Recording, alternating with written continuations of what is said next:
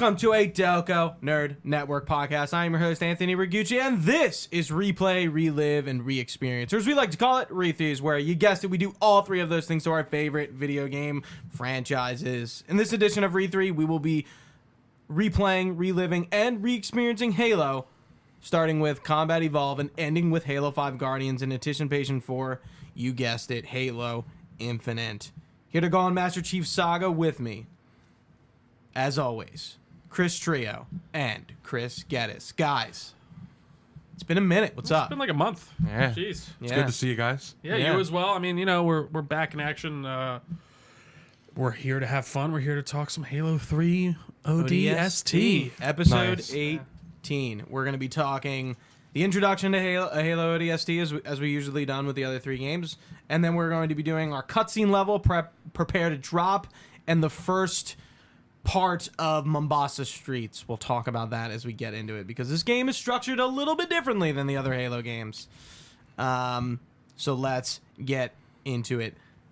Halo ODST's development. I don't know why I did that. I'm going to cut that out. No, it was good. I like it. Keep it.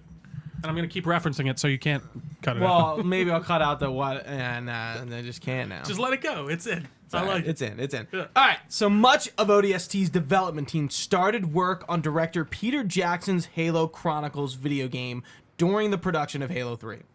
However, the failure of a Halo film adaptation and the subsequent cancellation of Chronicles meant a sizable team no longer had a project. Around the same time, production for Reach began, and Bungie realized that there was a window of time for a studio to create a new product. What producer Curtis Creamer Nice. nice described as 2 to 3 hour mini campaign. After looking at the proposal and the budget, studio head Harold Ryan gave the go-ahead. With a game engine already assembled, the team began honing the concept. Bungie was interested in bringing changes to the classic Halo format, which had remained essentially unchanged for over 3 games. The developer spent weeks considering which characters they wanted to focus on. Having players control previous protagonists such as Master Chief or Arbiter would have brought with it story baggage and expectations. At one point, they considered making the game a Covenant-themed story about an elite strike force. Instead, developers looked at the human characters. While they considered Avery Johnson, of course, how could you not, they settled on the ODSTs. The ODSTs have always been fan favorites. Bungie community director Brian Gerard? Yeah, about right. Gerard explained. We never really got inside the ODSTs, the story director Joseph Staten said. And then he saw that the game as an opportunity to flesh out the black armored soldiers. Making the player an ODST required gameplay changes to preserve the classic Halo gameplay formula while branching it in new directions. The addition of silenced weapons and revamped pistols were attempts to split the functionality of Halo 2 and 3's battle rifle weapon and give the ODSTs unique armaments. The sound designers increased the loudness of the game's submachine gun to make it feel more powerful. The health mechanism was added to provide a level of tension, and it reminded you that you are vulnerable, Staten said. So guys, just based off of that, like, if you were like cold turkey, like if you'd had to do a Halo spinoff, what would you do? I don't think the ODSTs are a bad option. Not at all. No, I think it was a great. Looking back, I don't really remember talking about them much, like myself when I was like playing. I guess I don't, but like, it is a genius kind of in. I think the Halo Covenant Strike Force, or the Covenant Strike Force idea is like kind of reaching a little bit. Yeah, it would have been cool. I would have been all for that. I actually would have. Yeah, it would have been interesting. Like, there's it's just like, nothing there. Like, what do we know? Like, what unit of the elites do we know about that could have been about? Yeah, and it's like weird to. I don't know. You'd almost have. Yeah, you're right. Right, I it's agree. a stretch. It's like now we have to develop a lot of lore where the ODST's kind of mythos is already there. They don't have to do much. I mean, they really don't.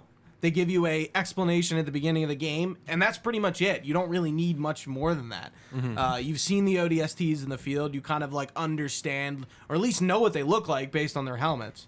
So I think that's like really all all they needed. Absolutely. I think they went a good route for a spin-off game. I agree. I mean, especially just with the idea of being able to break out into all these different weapons and stuff. It's a good little slide in. I feel like the game's message is basically like, you're not a Spartan. You're a human. Like, you're not a superpower. You can be like great as a normal human being, not a super soldier. Right. Oh, absolutely. I love it. I like it this too. game. And seeing like this kind of like the most advanced a human could get in their military, basically. Right. It's interesting. But As aside elite, from as elite as you can get. as a regular human being. Yeah. Right, as a non-Spartan combatant. With the main characters in place, the development team had to decide on a setting. The events that unfolded on Earth is something fans still clamor for after being shortchanged in Halo 2, Gerard said. Fans wanted to know what happened back on Earth, how humanity was defending it. New Mombasa's urban environments fit the intended feel of the game, as Bungie felt that the change of protagonists required a change in location. We know the kinds of problems Master Chief solves, Staten explained. He goes to ancient alien ring artifacts, fights galaxy-consuming parasitic alien monster, and destroys alien empires. The ODST, they maybe take smaller parts in the larger struggle. But the kinds of fights that they usually get into are usually the kinds of fights they can tackle in a day. Returning to a previous setting offered artists new challenges and opportunities to expand the scope of the city. Having a player walk through the streets at night inspired a film noir ambience. Color shifts and high degree of contrast pushed the game's look beyond what previous Halo's games had offered. But the team had to make sure that the even darker portions of the city were playable. The entire core development team looked at commission concept paintings to decide how lighting schemes would affect gameplay. The genre also influenced the characters' names and archetypes. The player character, for example, fits the concept of a lone, hard-boiled detective. To increase depth of the surroundings, Bungie added touches such as advertised trash collectors and civilian versions of previously seen military hardware. Bungie began development of ODST in March 20.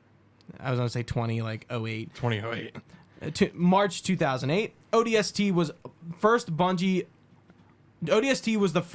titled complete. ODST was the first Bungie title completed in less than 3 years, as production lasted 14 months. That's short for a fucking game. That's not long at all. Since the team numbered around 70 plus 5 additional core design group, had such a small window for development, they had to prioritize features, for example, rather than completely redesigning the enemies. A lot of reused assets here, which I guess is understandable. Yeah, makes sense. Only a small new subset of artificial intelligence behaviors were added because the game featured an open world different from most of the Halo missions. Certain gameplay tweaks, such as the revamped weapons and an overhead map, were necessary. Whereas in a traditional Halo game, the designers would know from what location players would approach groups of enemies. ODST would require a different strategy. We had to make sure the groups of Covenant patrolling the city would react to wherever you attack from and look intelligent doing it, Creamer said. Though the game engine remained unchanged, graphical enhancements such as a full-screen shader system and parallax mapping added greater detail for realism.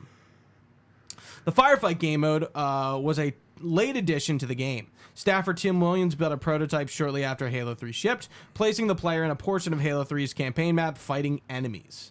When development commenced on ODST, Williams' concept was adopted for the game and refined. Designer Lars Bakken described one advantage of the game mode as providing a more friendlier multiplayer environment than hardcore online players. The designer reused the campaign scoring and medal system from Halo 3 and added a competitive edge. So this was kind of like Gears 2... I'm trying to think if Gears 3 came out. Anyway, Gears 2 and 3 Horde modes out. Yeah. And, like, Firefight is, like, the second, like... Bungie, I feel like, is the second studio to, like, incorporate the Horde mode, which is in, like, a lot of games now. Definitely. And I think Firefight was cool. Does it stick, or, like, what game is it in now besides, like, Halo or... Like a Horde mode? Yeah. I think you like... I'm trying to think. Like, I feel it's Halo and Gears. No, it's in a lot of games. Does Destiny have anything like it? I mean... Destiny's always been a survival horde game where you're always... True. So you got me off the top of my head. No, I didn't even mean like truly. I'm just trying to think like those. I feel like are the two. Bulletstorm. Didn't Red Dead just add? They just did actually. That's survival very mode? true. Yeah, Bulletstorm did it. Yeah. But I'm saying like current day. I don't think Bulletstorm. Like, I think it exists. no, It's just I changed. just don't think it's. I don't think it's as prevalent as maybe as like other game modes for sure. I would say, but it definitely started that genre of Gears at least. But continue. I'm sorry. So we're gonna. This is just for some context. This is about the terminals, which we're not going to talk about because you get them. You can get them very out of order. There's 30 of them. Like there's no way we Jesus can. Christ. Right. It's like it's a narrative. So this is going to be about that. Sadie's Story was created by Fourth Wall Studios in partnership with Staten and an artist Ashley Wood. Ashley Wood actually worked on a few Metal Gear Solid games and like comics. Just Really? as a heads up. Yeah. Fourth Wall Studios was formed by former members of 42 Entertainment who produced the highly successful I Love Bees alternate reality game to promote Halo 2. No idea what that's talking about.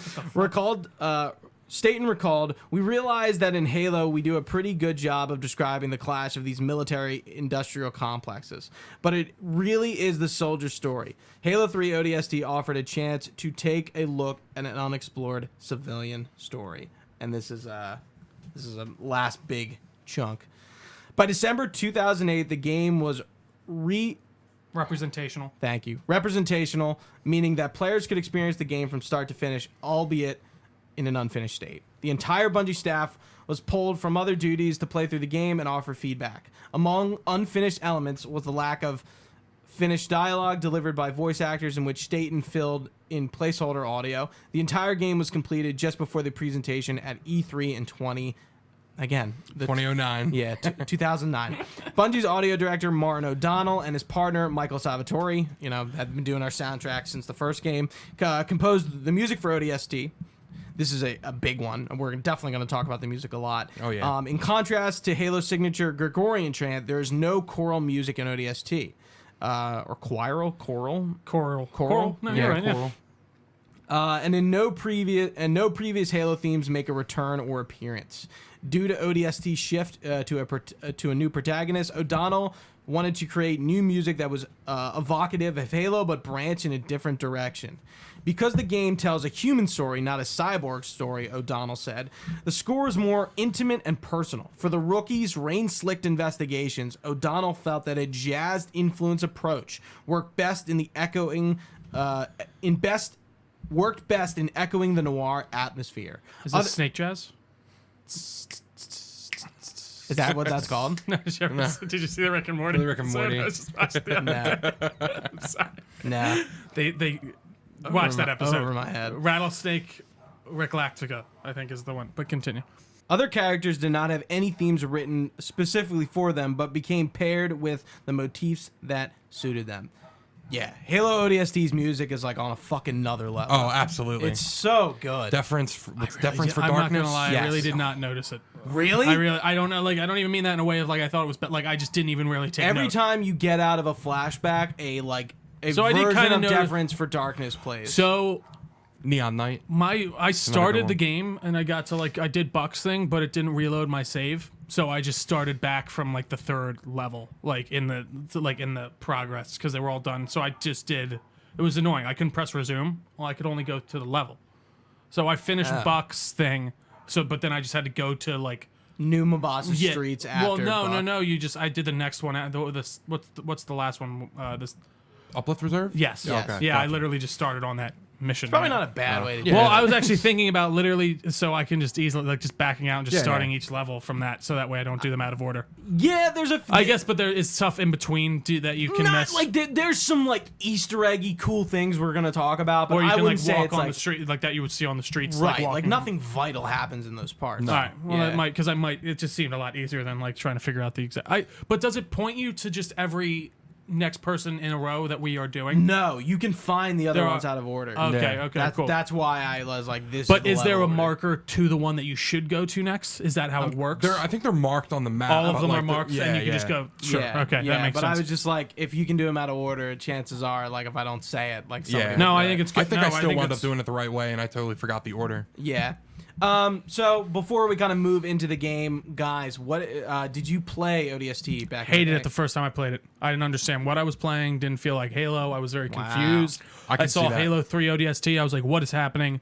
Then I gave it another go probably a couple months later, and I like really appreciated it a lot more, and I realized what it was doing, and I didn't understand where I didn't understand that I was supposed to be going to these different helmets and I just didn't quite grasp for some reason what was going on. It was not It's linear. a change of pace. And I It's didn't totally realize it was different. like in New Mombasa. I didn't Yeah. realize where we were. It was just confusing to me for some reason. First time I experienced it. Yeah, I mean, I liked it. I definitely was thrown off at the beginning because the way your character moves and like you crouch, It's you're very definitely- weak, It's a and you different throw feel. grenades, Yeah, like you throw shorter. them so. Yep. So Yeah. it's like that's back to like you're not a Spartan. You're not as weighty. human. Yep. No, you Yeah. definitely are. Yeah, there's a lot of gameplay changes that we kind of talked about that you really do feel different. Like you don't feel like Master Chief. Yeah. This was a game I got the Christmas it came out. I remember like on Christmas break that year playing through the campaign and then doing Firefight, and fuck guys, those Firefight achievements back in the day, holy shit were Bitch they and a hard. half. Yeah. Bitch and a half. And I think there's an annual achievement in ODST that is not in the Master Chief Collection, thank God. But like, well, because Firefight isn't. But oh my God, Firefight was a pain. I slaved to get those. I feel like a lot. Like that's the one thing with those game modes, especially with you with achievements. Don't I can even only get me started. imagine Gears like 5, gears and ugh. shit. Yeah, like God bless you. God bless you indeed. Like it's not. It's just yeah. There are sometimes There's where no, there's no, it's hard. there to are defend sometimes it. where you're explaining an achievement to me. I'm like, Gucci, you don't have to do this, right? Like, But I want to. I'm like, you're need torturing yourself. Last thing before we jump into ODST, we got to talk about one piece of marketing that came out of ODST, the We Are ODST trailers, which kind of shows us this sort of progression of a soldier sort of becoming an ODST, and it's fucking epic. He's named. He is? Yeah, his name's Tarkov, and that's the only mention of him in anything. I went on the wiki. Oh, yeah, in the trailer he has Yeah, a in, name. like, the I thought trailer, you meant yeah. like, oh, like he's in other stuff. Oh no, this is the only time he's ever mentioned. Yeah, and he's like Russian or something. It's Hungarian. Oh, is he? Yeah, because people speculate that he's from Reach because a lot of people on Reach spoke Hungarian. That was like the main language on Reach. Interesting. Yeah. Yeah, I love like the music and like the shave in the head and Yeah. and like it's like a typical like boot camp thing. I feel like by the time there was like a one world government, they'd be like, no, this is the language. You know, like maybe maybe not. I don't know. But to make things like I feel like easier. No, I don't know. What years are the Halo set in again? 2552 Oh, right wow. now. So it's like 55, like 500 fucking years ahead. Interesting. All right, continue. Do you have any thoughts on the trailer?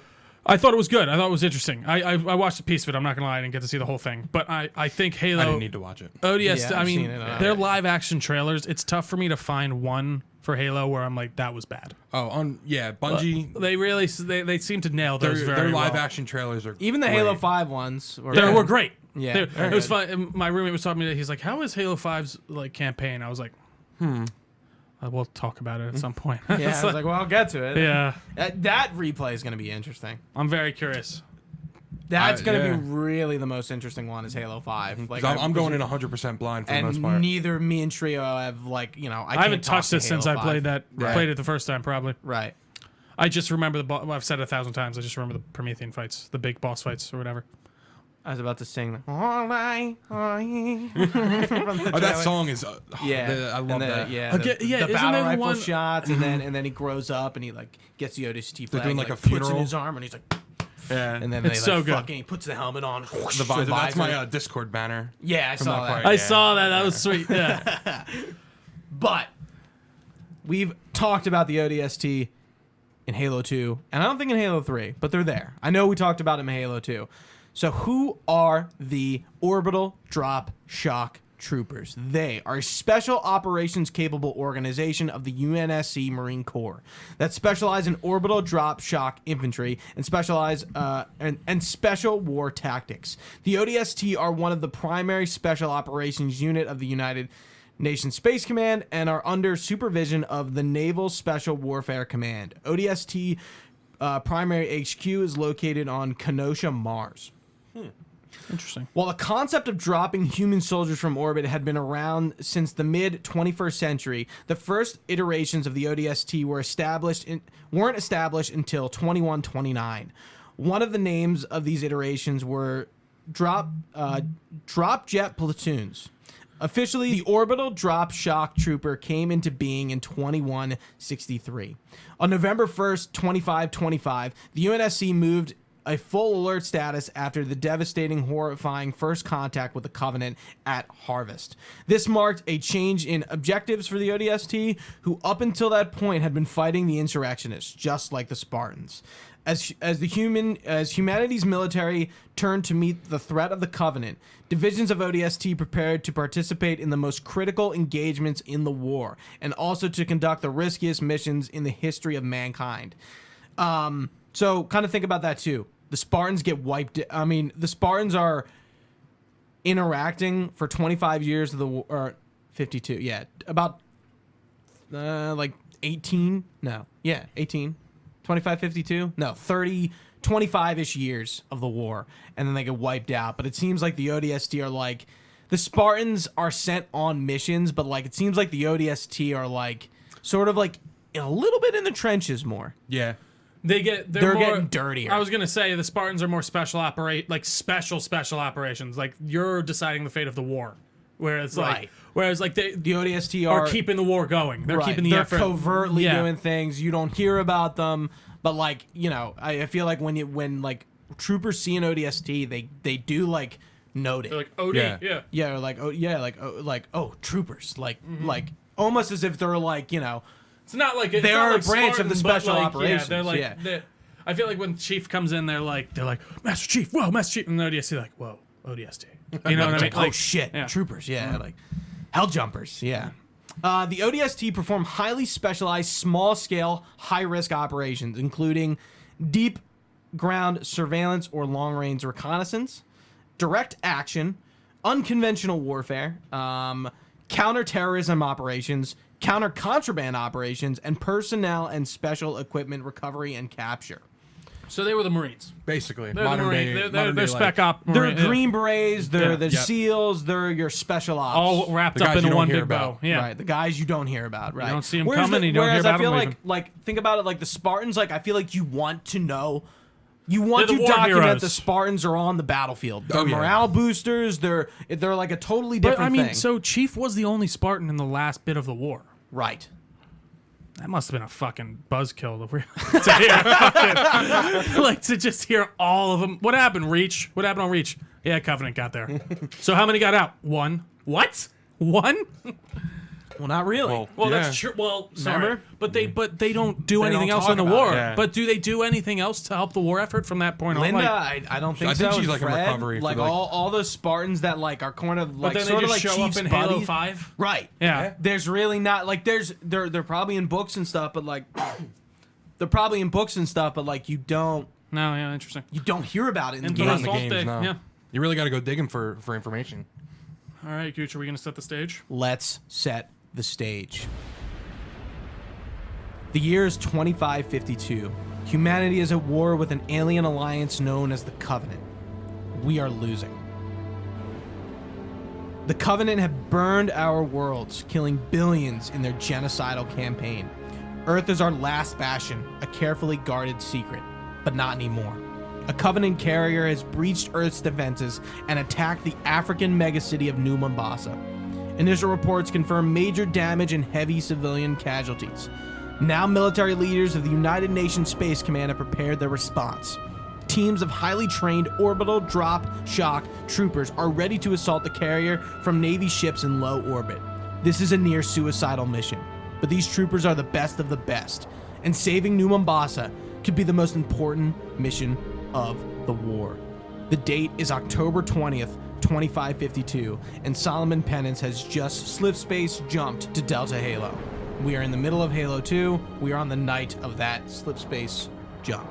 That is the day the game takes place. So I got chills reading that. It's pretty tough, man. That was really cool.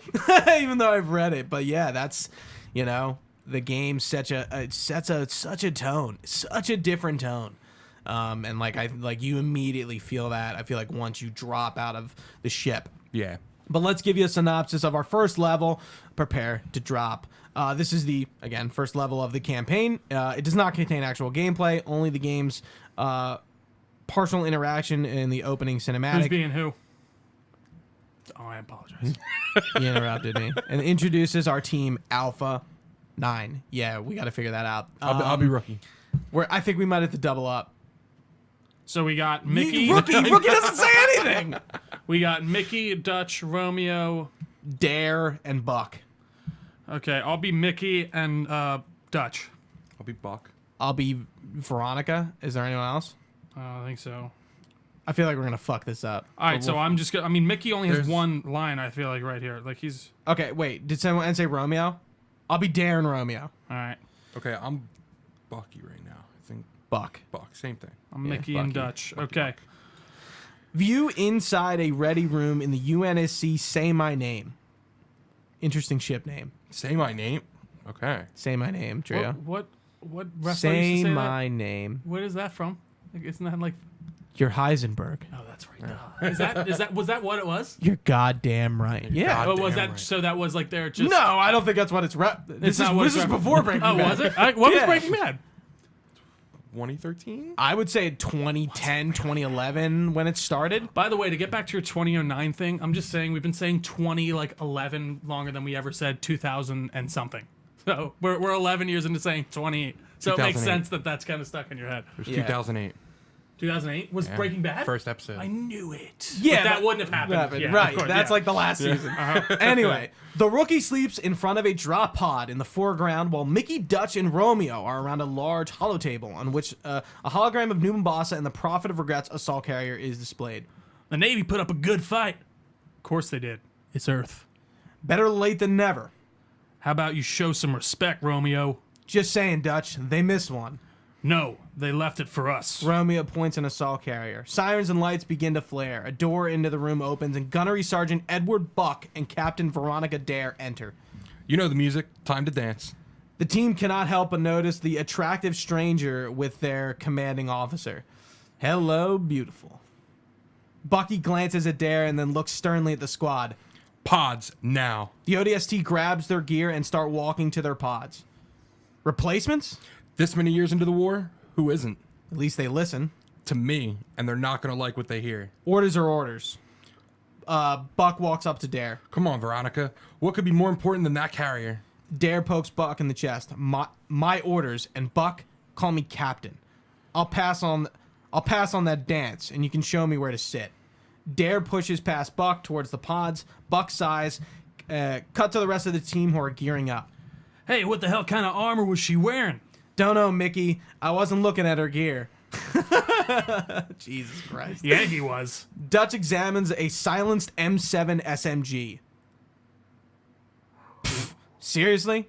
Well, gonna be close quarters. Romeo grabs an M90 shotgun and offers it to Dutch. Exactly. Dutch shoves the shotgun away, glancing over Romeo's shoulder. Dutch shoves the shotgun away, glancing over Romeo's shoulder. That's Holy tough, shit. dude.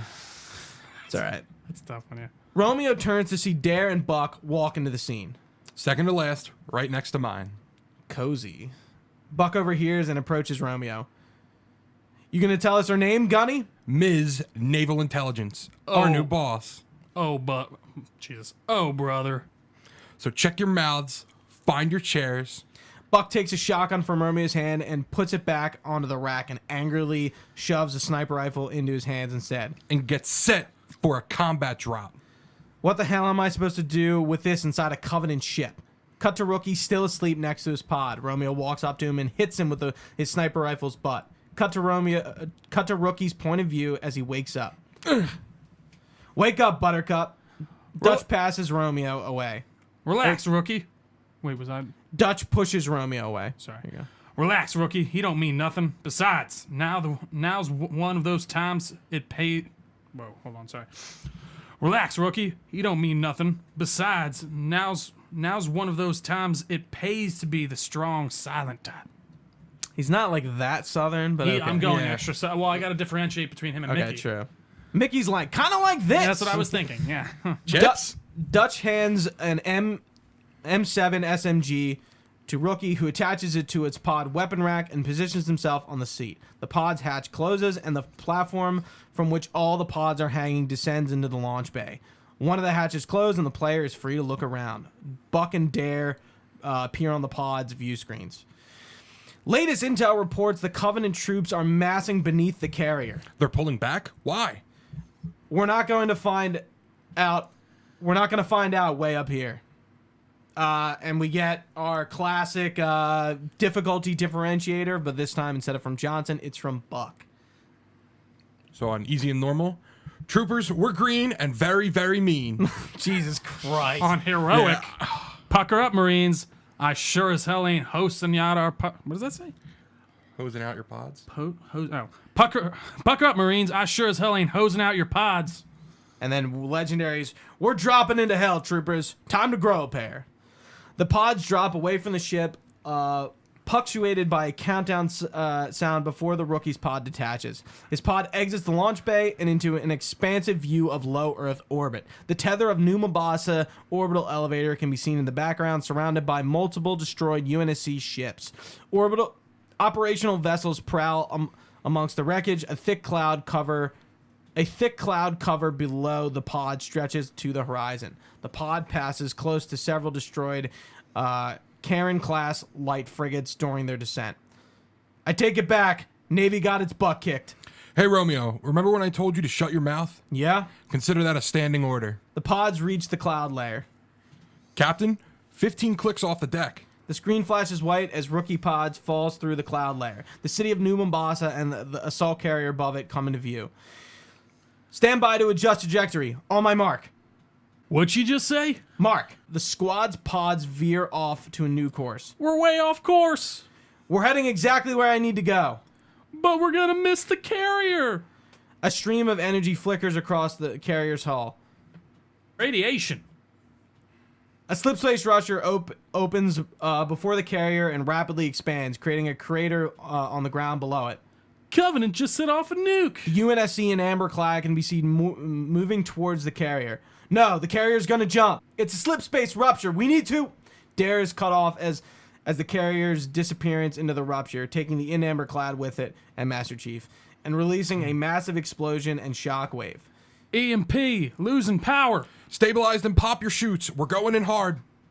Mickey's pod slams into Rookie's, cracking the window inside of the pod. I don't think I realized that's what happens. I didn't notice that all either. the screens turn red with warnings before the EMP fries the pod systems. The Rookie grabs onto handhold as his pod plummets into free fall without a chute to slow it.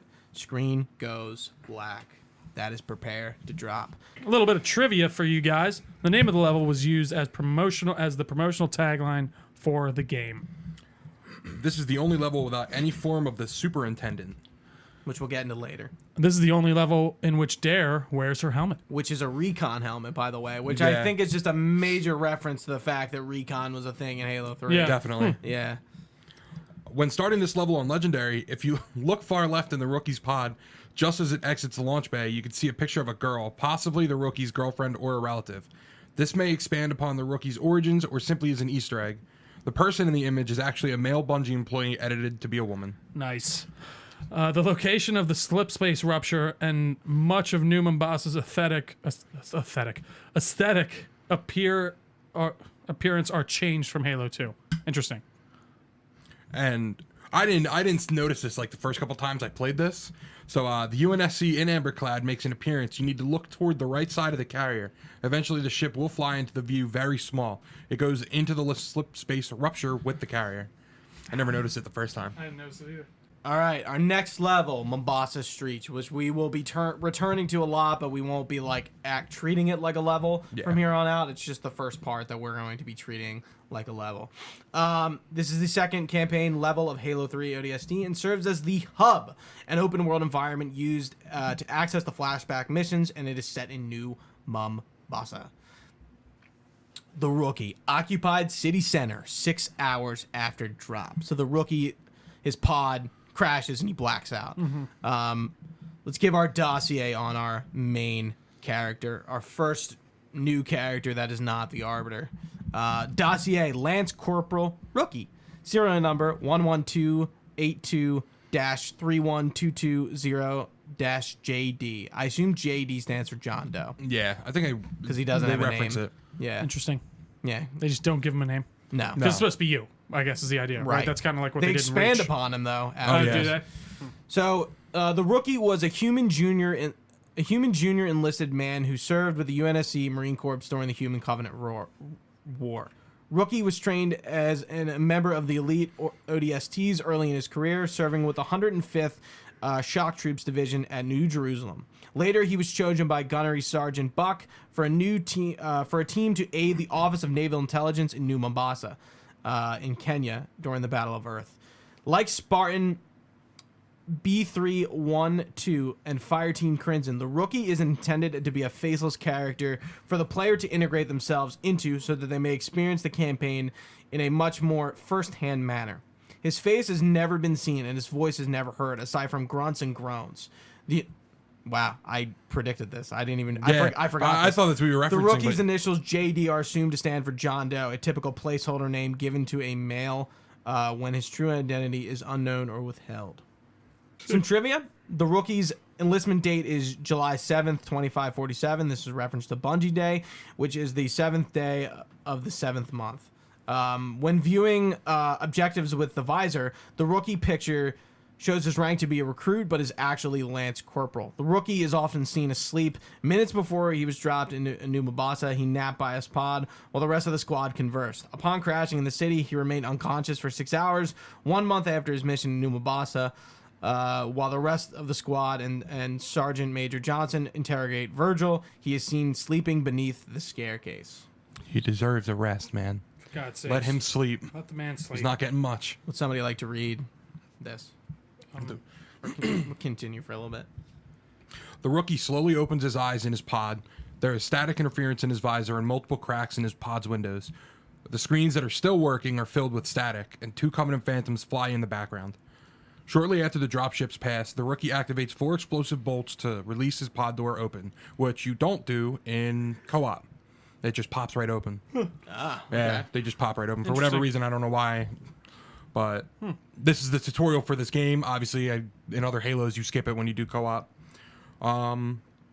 The pod is on the edge of a short building, but having no other choice, the Rookie hops out only to fall about 15 feet to the ground, injuring him slightly. Just slightly. Yeah, them I hell wonder what jumpers, a man. 15-foot drop would feel like. If you, I mean, you could probably roll out of that. You'd still most likely break your legs. Yeah. You think? Yeah. I Well, mean, if you hit, if you I'm just, really asking. if you jumped and rolled, you might break an ankle. You'd probably be fine. But if you just jumped onto the ground, Yeah, like what would be the best way to there's jump actually- 15 feet? Like to how? like tuck and roll. Tuck you and roll. got to hit the ground and roll into it. That's the best way. That's the only way you can really do it without break. I saw a video. I would like to try to do that. There's your mom. There's this podcast called Like- Your Mom's House. It's Tom Segura's podcast, and he literally showed this video the other day of this guy. He like jumped off the roof of a house and like I don't even know how to describe it. Like he hits and his like everything just straightens out, and he's like and like it like. I gotta show you the video sometime. It's the most awful. Like, what was he thinking? I would you like could truly injure I yourself. would like at to that jump height. like maybe like 6 feet and like see what I could do. Like is that hard to like roll into? Like I've never done it. Well, 6 feet you could probably jump and be like and kind of go Right. down Superhero regularly. landing. But Right. like, yeah, with 10 feet or above, you need to roll that out, All and right. you'd still probably break your leg or your ankle, I should Good say. combo. Glad Yeah. we had it. All right, did we our visor? Yeah, go for it. All right, next up, we'll talk about the health pack and visor tutorials. The visor, VISR for short, is the Visual Intelligence System Reconnaissance. That's a very weird name. Just call it visor. No, I know, but I'm would just never surprised. say the actual No, name. no, I know, but So it doesn't but matter. it makes sense. Like I feel like it would make more sense to be the Visual Intelligence Reconnaissance System, but it doesn't line up with Vers. visor. So That- yeah, yeah, exactly. that That's was why I in did it. The abbreviated visor is Proprietary. proprietary integrated data management system incorporated into the helmets of the Orbital drop shock troopers. After our tutorials, we can freely head out into the night to explore the city and find our team. Throughout this whole game, we are going to be interacting with the city's AI, which is known as the superintendent. It's hard to say, like, we'll get into the superintendent later in the game, but, like, you interact with the superintendent a lot. It's kind of directing you all the time. It's the thing, please walk. Yep. It is guiding you this whole So it's like time. an AI that controls this, that operates the city. Right. Yeah. And like anytime like you're hearing like a phone go off or like noise, like it's guiding you. That's the superintendent is actually watching you and guiding you throughout the game. Interesting. It's kind of like something like you don't really think about, but like once you point it out, it's like, Oh, that's and especially interesting. when you get to them, oh, that kind of makes How sense. did I not notice this? Right. Yeah. So the superintendent is the second generation dumb artificial intelligence in charge of making sure the urban infrastructure of New Mombasa runs smoothly. It is also apparently used for the NMPD, the New Mombasa Police Department, to observe people and record their conversations through cameras. Interesting. Yeah, that's Nice. The superintendent's data center is located deep below the city, with its main core residing under a shaft connected to the Oni Alpha site on the surface. As we said before, this is the open world. There's not necessarily a correct way to get from objective to objective. We're going to be referencing things that happen in the open world, but like, again, You could experience them at any time, sort of. Almost, right. Yeah. Going level to level is not really important per se, unless like I know after Buck's thing, there is something that happens that introduces you to the engineers, and I'm like, Yeah. okay, I want to jot this down. But like again, you're fighting troops as you're moving from basically level to level. So Absolutely. New Mombasa is the in between level, the hub level. And this is the only time we're really going to be talking about it, but we'll probably be talking about it as we're playing. You know, It'll come up. It's the world we're going to be in a lot, and like the atmosphere. You know, it's dark, it's raining, it's, you know, we haven't seen Halo like this before, so it's going to come up, I'm sure. Eventually, the rookie finds the recon helmet embedded in a monitor. He reviews it from the screen and changes to one of the superintendent's cameras, focusing on the SOEIV pod. Superintendent on screen. Motor vehicle crash. Searching an NMPD database. No match. The camera then refocuses on the window that the rookie is standing at. Superintendent. Lost and found item. The view switches back to the rookie looking out the window. And we get a flashback. You're going to tell us her name, Gunny? Ms. Naval Intelligence, our new boss. Oh, brother. So check your mouths, find your chairs, and get set for a combat drop. Fades to black. The level... How do you guys say this? Tayari? Yeah, Tayari? Tayari Plaza begins. Tayari or Tayari? You know what I Tayari. always called it in my head? Like Tarai. It's not how it's spelled. That's just like... Decadations? Whatever, Yes. whatever makes you remember it, you know? Yes. Just saying like words completely wrong, but like especially like There's certain words I've like done in that Kingdom before. Hearts 1 yeah. when I was a kid. Orculum. I called it Orculum as a kid. It's Orcalcum. You actually No, said I- it that way. yeah, no, And that's I was how- like, that's what I it's assumed, not yeah. Orculum, it's Orcalcum or Orcalchum. Like I've heard Loudnum. Or yeah, it's Laudanum in Laudanum? Laudanum. Yeah, In I would always, Amnesia? yeah, I would always That's funny say that I I would knew always say exactly. Louddownum or like I had like an Laudanum. Louddownum. Yeah, these words like you never hear anyone say. It's like No. how do you say that like these words? Give me some Laudanum. So let's get into some trivia before we begin our next level. This is the first non-linear open world level ever in a Halo game. Oh shit! And is the largest open environment Bungie has ever created for a campaign. On this level, there are several graffiti tags reading "Believe," perhaps a reference to the extensive marketing campaign which we talked about in Halo 3 of the same name. There's other graffiti in the city, some of which will read, "You loot, I shoot. Hell on Earth. Twilight of Man. Kinsler is a thug. UNSC equals liars. Fascists, remember Reach. Militia ain't worth spit. We're next. And glass this." Does that make you guys kind of feel There's good the about Destiny things? Easter egg, too. Did you forget about that one? There was a poster. Yeah, it's changed in the Master Chief Collection. Oh. Yeah, they changed it. Okay. It used What to was say, the Destiny poster? Yeah, it says like Destiny awaits, and it was Earth. Like the poster, it said Destiny awaits, and that was the big Destiny teaser. Now it says for her. They had that game cooking that long ago? Yeah, apparently. Wow. I mean, I guess they were going to move off Halo, so I guess they were thinking about it. But again, that ends episode 18 of Re3's Trio. Guys, thank you so much for listening along with us on our Halo journey. We will be continuing on with the next two levels of Halo 3 ODST, so please be sure to follow and play along with us. It's a lot of fun. You can find this podcast everywhere podcasts are found. Just search Delco Nerd Network. We are on all your favorite social medias at Delco Nerds. We have a nice Discord channel where we sometimes discuss Halo and sometimes discuss other things. You can find all this information on our website, delconerdnetwork.com. You can email us, delconerds@gmail.com with your comments, questions, or concerns. For Chris, for Gooch, I've been Trio. Thanks for listening. Stay nerdy, guys, and we will see you next time.